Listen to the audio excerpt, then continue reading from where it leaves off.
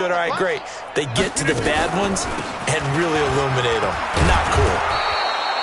8 yards there on the carry, and now they're left with a much more manageable 3rd and 3. But you got to give kudos to your offensive line and the guy carrying the ball because they were in a 2nd and long situation. It seemed pretty dire, but they brought it back to 3rd and manageable with that run.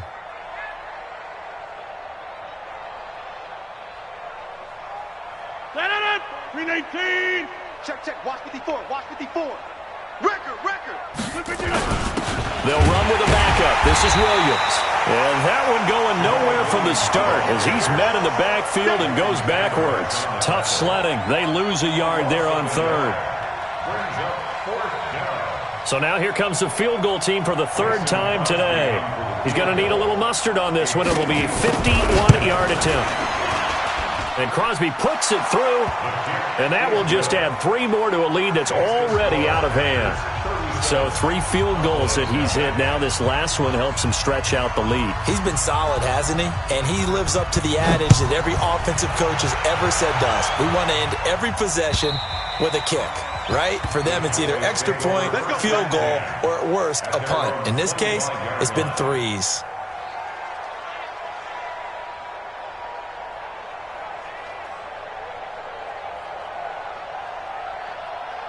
About set for this next drive by the Cowboys offense. They've got to dig down deep. I mean, they need something right now, really anything to cling on to. This offense has struggled. Partner, join me in a walk to their locker room at the half, okay? Because I think what we would have seen is an offensive coordinator and his assistant coaches getting together with all their positions, then coming together as a group, going over adjustments, and then the head coach coming in and just screaming, wake up. Yeah. Let's get moving, guys. I'm kind of glad we weren't in there at halftime, actually. I mean, you think you might have turned it on us, too? Yeah, but right now, whatever was said hasn't been working.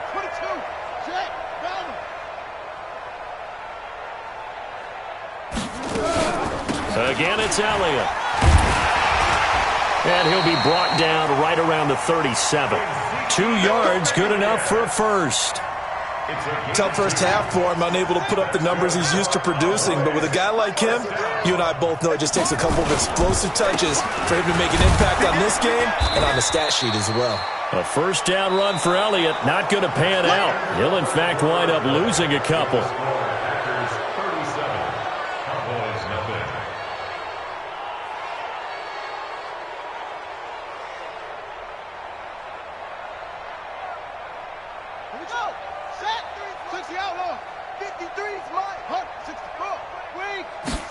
Here we go on 2nd and 12.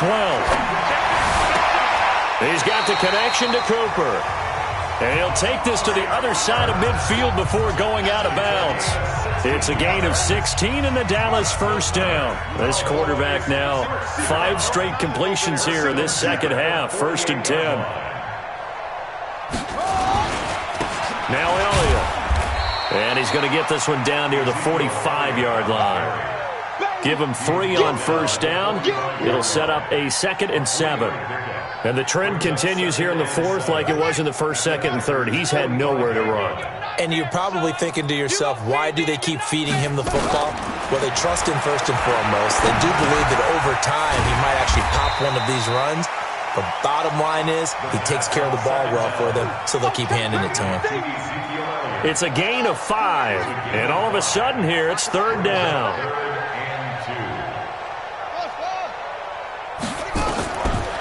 They'll look to throw here. And he's able to hook up with Michael Gallup. What a methodical drive this is turning out to be. That time 9 yards, and the sticks move again. This quarterback now just 7 of 15 so far, but he's got a 1st and 10. They'll run on first down. It's Elliott. On the tackle that time, Dean Lowry.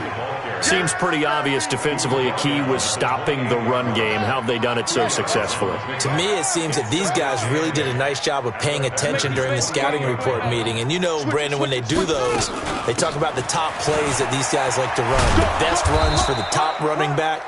Those are the ones you focus on and want to take away. And they've done that pretty successfully in this game. 2 runs in a row, but only 2 yards to show for it.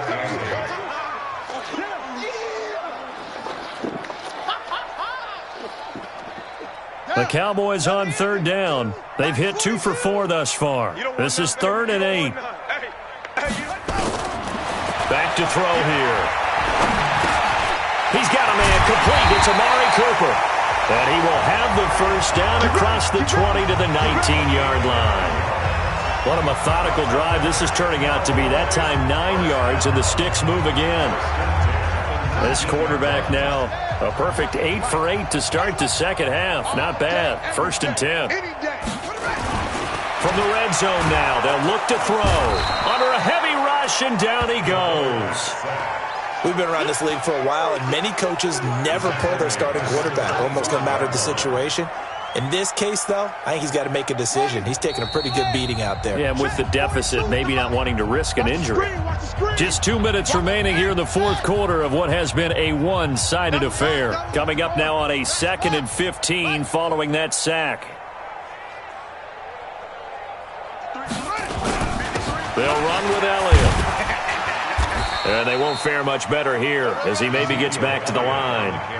Nothing there, no gain, and now they're looking at a 3rd and 15. It's now 3rd down and long. It looks like the Packers have added an extra DB on 3rd down.